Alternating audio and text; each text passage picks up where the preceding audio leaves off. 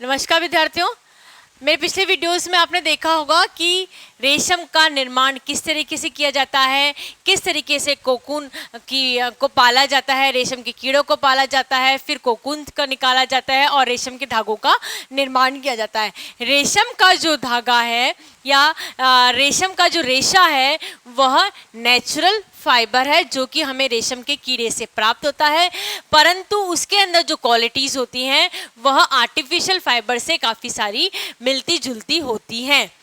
यानी कि होता तो वो नेचुरल है, परंतु उसकी क्वालिटीज़ किस तरफ जाती हैं? क्वालिटीज़ उसकी आर्टिफिशियल फाइबर्स की तरफ जाती हैं। तो हम अब इस वाले वीडियो में आपको बताएंगे कि रेशम की क्या क्या क्वालिटीज़ होती हैं। रेशम की जो क्वालिटीज़ होती हैं उनको मुख्यतः दो भागों में विभक्त किया गया है। पहला एक होता है भौतिक विशेषताएं और दूसरा होता है रासायनिक विशेषताएं। सबसे पहले हम रेशों की भौतिक विशेषताओं के बारे में जानकारी प्राप्त करते हैं। चूँकि यह एक नेचुरल फाइबर है और इसे हमें रेशम के कीड़ों से प्राप्त किया है, अतः इसके प्रोटीन की सबसे ज़्यादा इसमें मात्रा होती है, या आप ये कहें कि इसके अंदर कार्बन, हाइड्रोजन, नाइट्रोजन और ऑक्सीजन के जो तत्व होते हैं वह सर्वाधिक पाए जाते हैं। यही इसका संगठन होता है कि इसके अंदर प्रोटीन सबसे ज़्यादा पाया जाता है। फिर हम जब इसकी लंबाई की बात करते हैं तो मैंने अभी आपको बताया कि ये जो रेशा होता है वो क्या होता है? नेचुरल फाइबर होता है। नेचुरल फाइबर में जनरली जो स्टेपल फाइबर्स होते हैं वो ज़्यादा पाए जाते हैं, एक्सेप्ट सिल्क। यानी जो सिल्क होता है उसके जो फाइबर्स होते हैं वह फिलामेंट फाइबर होते हैं। और इसके जो फिलामेंट फाइबर की बात करते हैं तो हम जैसे हमने ऊन के रेशों की बात करें या हम कॉटन के रेशों की बात करें तो कॉटन के रेशे जो होते हैं उनकी जो लंबाई होती है वो आधा इंच से 2.5 इंच या आधा इंच से 3.5 इंच मैक्सिमम होती है। परंतु हम बात कर रहे हैं इंच की, है ना। कॉटन के रेशों में या ऊन के रेशों की बात करेंगे तो हम किसकी बात करेंगे? इंचेस में। परंतु जब हम रेशम के रेशे की बात करते हैं तो रेशम का जो रेशा होता है उसके लंबाई 1200 से 1400 फीट तक पाई जाती है। ये एक नेचुरली पाई जाती है। रंग की बात करें, हमने अभी आपको बताया कि यह हमें कहाँ से मिलता है?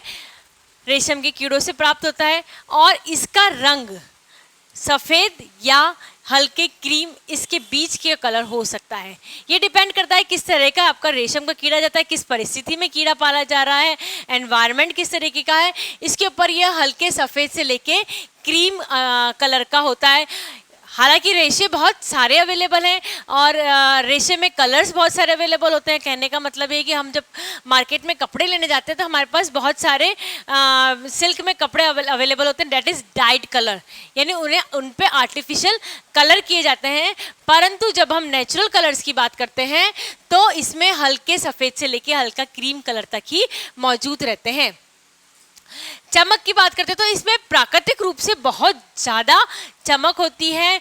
वो बहुत दिखने में बहुत अच्छे और सुंदर दिखाई देते हैं। क्योंकि अगर उसके अंदर मौजूद जो गोंद होता है उसको भी हटा दिया जाए, ठीक है, उसके अंदर नेचुरली अवेलेबल जो गोंद होता है that is saliva of cocoon, तो उसको अगर हटा भी दिया जाए तो भी उसमें जो प्राकृतिक चमक होती है वो कम हो जाती है, परंतु फिर भी उसकी चमक निखर के आ जाती है।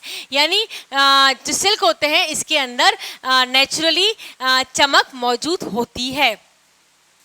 सूक्ष्मदर्शी रचना में देखते हैं हम। सूक्ष्मदर्शी रचना यानी जब हम माइक्रोस्कोप से रेशम का जब रेशा देखते हैं तो हम ये देखते हैं कि जो रेशम का रेशा होता है वह बिल्कुल चिकना, इसीलिए वो बहुत नरम सा दिखाई देता है पहनने पे, कोमल होता है और इसके जो रेशम के रेशे होते हैं वो सीधे होते हैं।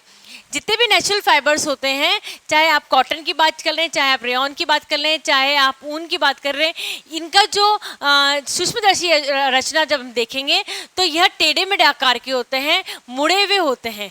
परंतु जो रेशम का रेशा होता है वह चिकना, कोमल एवं सीधा होता है। मजबूती की बात करें तो इतनी इसमें ज़्यादा मजबूती नहीं पाई जाती है।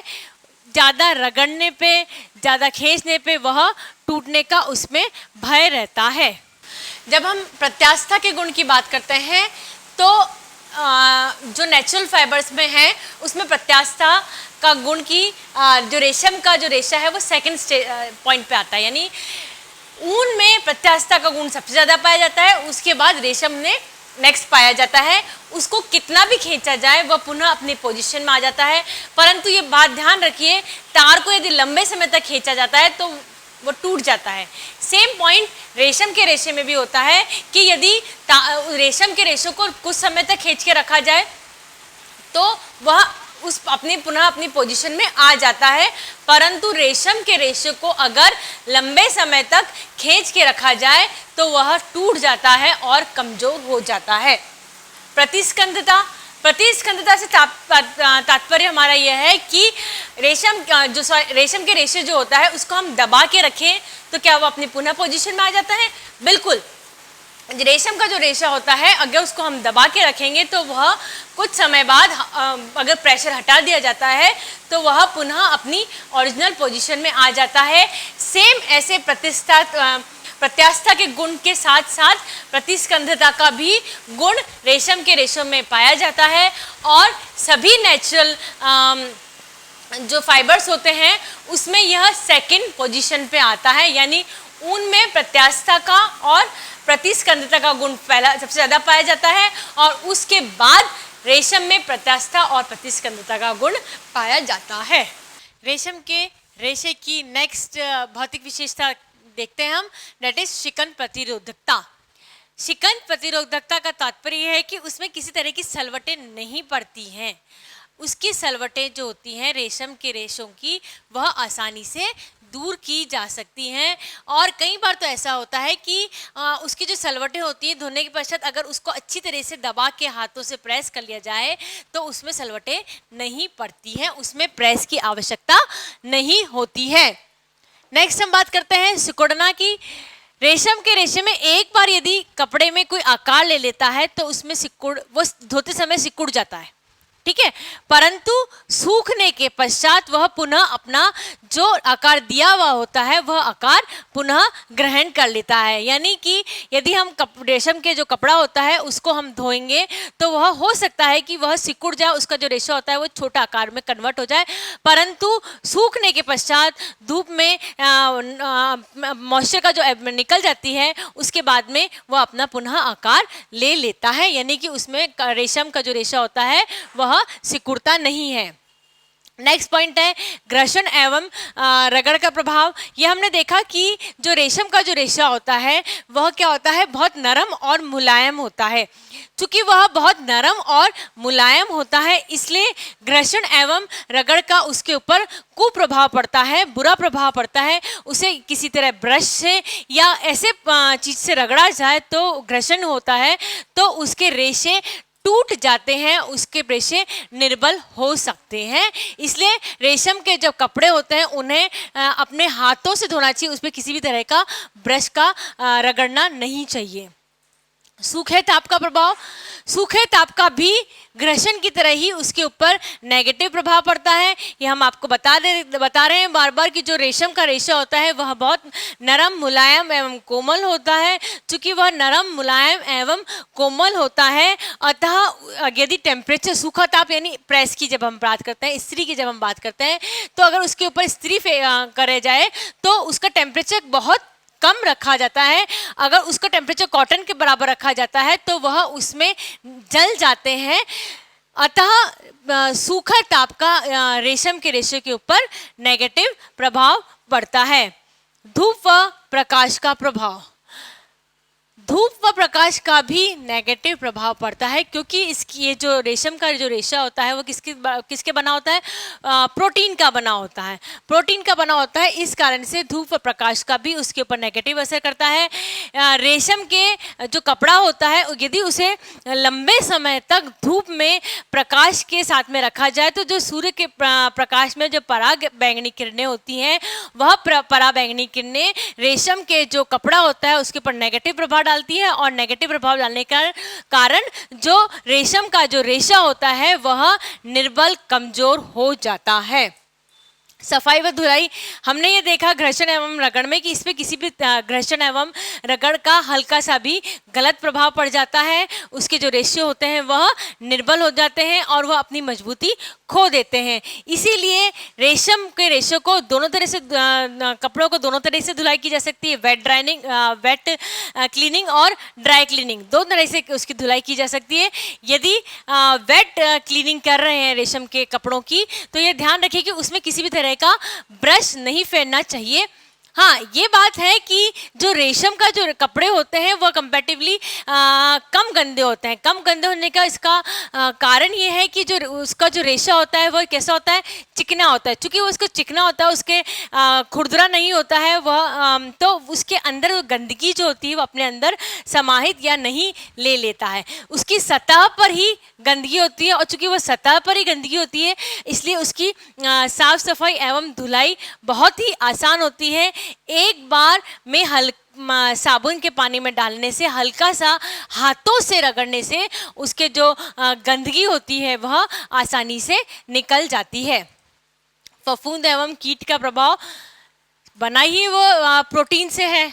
हमने ये देखा वेरी फर्स्ट पॉइंट, जब भौतिक विशेषताओं में हमने देखा था तो हमने देखा था ये कार्बन, हाइड्रोजन, ऑक्सीजन और नाइट्रोजन से मिलकर बना होता है। इसके अंदर मुख्यतः प्रोटीन पाया जाता है। चूंकि प्रोटीन कीटाणु, कीट व फफूंद के लिए एक बहुत अच्छा खाने का आइटम होता है, चूंकि वो बहुत अच्छा खाने की वस्तु होती है उनके लिए, तो उसका कीट एवं फफूंद के ऊपर गहरा प्रभाव डालते हैं, नेगेटिव प्रभाव डालते हैं। कीट एवं फफूंद उसके ऊपर जल्दी लग जाते हैं, उन्हें रेशम के रेशों को जल्दी से नष्ट कर देते हैं। यानी कि अगर आपने उसको रेशम के जो कपड़ा होता है, अगर आपने उसको संभाल के रखना है तो उसके अंदर स्टोरेज के आसपास इस तरह की दवाइयाँ रखनी चाहिए, ताकि उसकी जो स्मेल होती है उन दवाइयों की, उससे कीट रेशम के रेशों के ऊपर या रेशम के कपड़ों के ऊपर ना आए। ताप एवं विद्युत संवाहकता, यह रेशम का जो कपड़ा होता है, रेशम का जो रेशा होता है, वह ताप का कुचालक होता है। इस गुण के कारण ही रेशम जो है वह सर्दी में पहना जाता है। सेम पॉइंट हमने देखा था ऊन के बारे में, जब हमने पढ़ा था कि जो ऊन होता है वह भी ताप का कुचालक होता है। चूंकि वह ताप का कुचालक होता है, इसीलिए वह बाहर का जो कम टेम्परेचर है और जो शरीर का हाई टेम्परेचर होता है, उसके बीच में एक दीवार खड़ी सी कर देता है, वॉल क्रिएट कर देता है। और चूंकि वह उसके अंदर वॉल क्रिएट कर देता है, तो अंदर शरीर के अंदर का जो ऊष्मा होती है, गर्माहट होती है, वह बाहर नहीं जा पाती है। सेम रेशम के केस में भी होता है। रेशम का भी जो वस्त्र होता है वह ताप का कुचालक होता है। चूंकि यह ताप का कुचालक होता है, इसीलिए इसे सर्दी में पहना जाता है। अब हम इसकी रासायनिक विशेषताओं के बारे में जानकारी प्राप्त करते हैं। जब हम रेशम के रेशे की रासायनिक विशेषताओं के बारे में बात करते हैं, तो सबसे पहले हम बात करेंगे अम्ल का, इनके ऊपर क्या प्रभाव पड़ता है। तो कार्बनिक तनु अम्ल का इसके ऊपर किसी भी तरह का प्रभाव कम पड़ता है।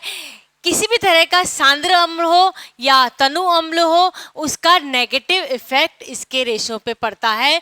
इसके ऊपर किसी भी तरह के तनु अम्ल या सांद्र अम्ल यदि कर दिए जाएं, डाल दिए जाएं, तो उसके रेशे निर्बल पड़ जाते हैं, कमजोर पड़ जाते हैं और टूट जाते हैं। वहीं कार्बनिक तनु अम्ल की जब बात करते हैं तो उसके ऊपर इतना असर नहीं डालते हैं, जिसमें फार्मिक, टार्टरिक और एसिटिक एसिड जो होते हैं वह रेशम के रेशे के ऊपर इतना हानिकारक प्रभाव नहीं डालते हैं जितना बाकी के तनु और अम्ल प्रभाव डालते हैं। क्षार का प्रभाव भी नेगेटिव पड़ता है, चाहे वो सांद्र हो चाहे वह तनु क्षार हो। दोनों तरह के डाइल्यूटेड या कंसंट्रेटेड क्षार हो, वह उसके ऊपर तुरंत नेगेटिव इफेक्ट करते हैं, हानिकारक प्रभाव छोड़ते हैं और उसके जो रेशियो होते हैं वह निर्बल एवं कमजोर हो जाते हैं।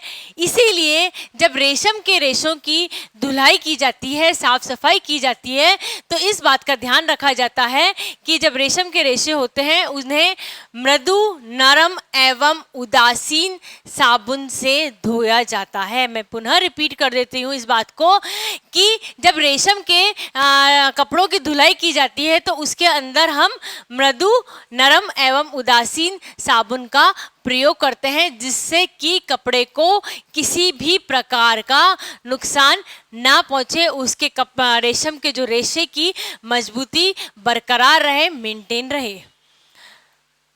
विरंजक का प्रभाव करते हैं। विरंजक चाहे किसी भी तरह का हो, अम्ल हो, क्षार हो या उदासीन हो, सभी का नेगेटिव इफेक्ट, हानिकारक प्रभाव रेशम के रेशे के ऊपर पड़ता है। वह इतना हानिकारक होता है कि यदि विरंजक उसके ऊपर डाल दिया जाए, विरंजक का कुछ अंश भी उसके ऊपर डाल दिया जाए, तो उस पर्टिकुलर स्पेस के ऊपर कपड़े के वह जो रेशा होता है वह खराब हो जाता है।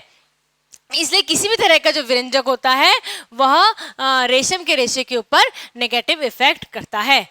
रंगों का इसके ऊपर तीव्र प्रभाव पड़ता है। तीव्र प्रभाव का मतलब यह है कि किसी भी तरह के रंग वह अपने ऊपर अवशोषित कर लेता है, वह अपने अंदर समाहित कर लेता है।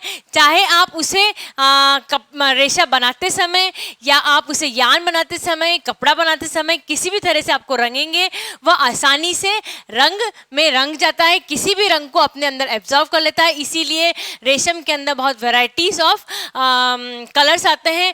प्लस इसमें एक बहुत अच्छा पॉजिटिव पॉइंट यह भी होता है कि वह अपने अंदर समाहित जिस हिसाब से रंग को कर लेता है, वह कलर छोड़ता उतनी जल्दी नहीं है, मतलब उसके अंदर वो कलर मेंटेन रहता है। जैसे सूती की बात करें तो सूती का जो वस्त्र होता है, कुछ समय बाद उसका जो कलर होता है वो हल्का पड़ने लग जाता है। सूती जो कपड़ा होता है वो अपने ओरिजिनल कलर में आने लग जाता है। ये जो रेशम होता है, रेशम का जो रेशा होता है वो अपने अंदर इस तरह समाहित कर लेता है कि आप उसको कितनी बार भी धोएं, उसका जो कलर है वह इतना जल्दी से उड़ता नहीं है, वह अपने पर गहरा प्रभाव छोड़ देता है।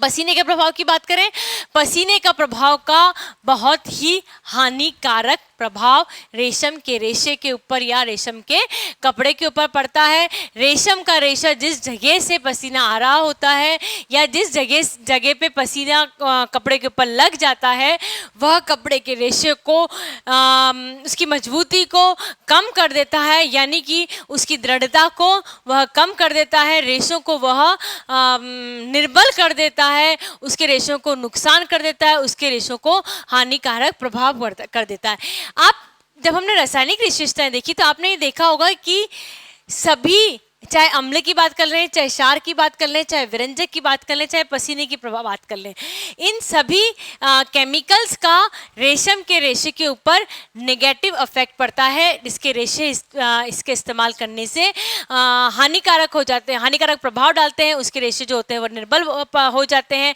वो जल्दी से टूट जाने की संभावना हो जाती है।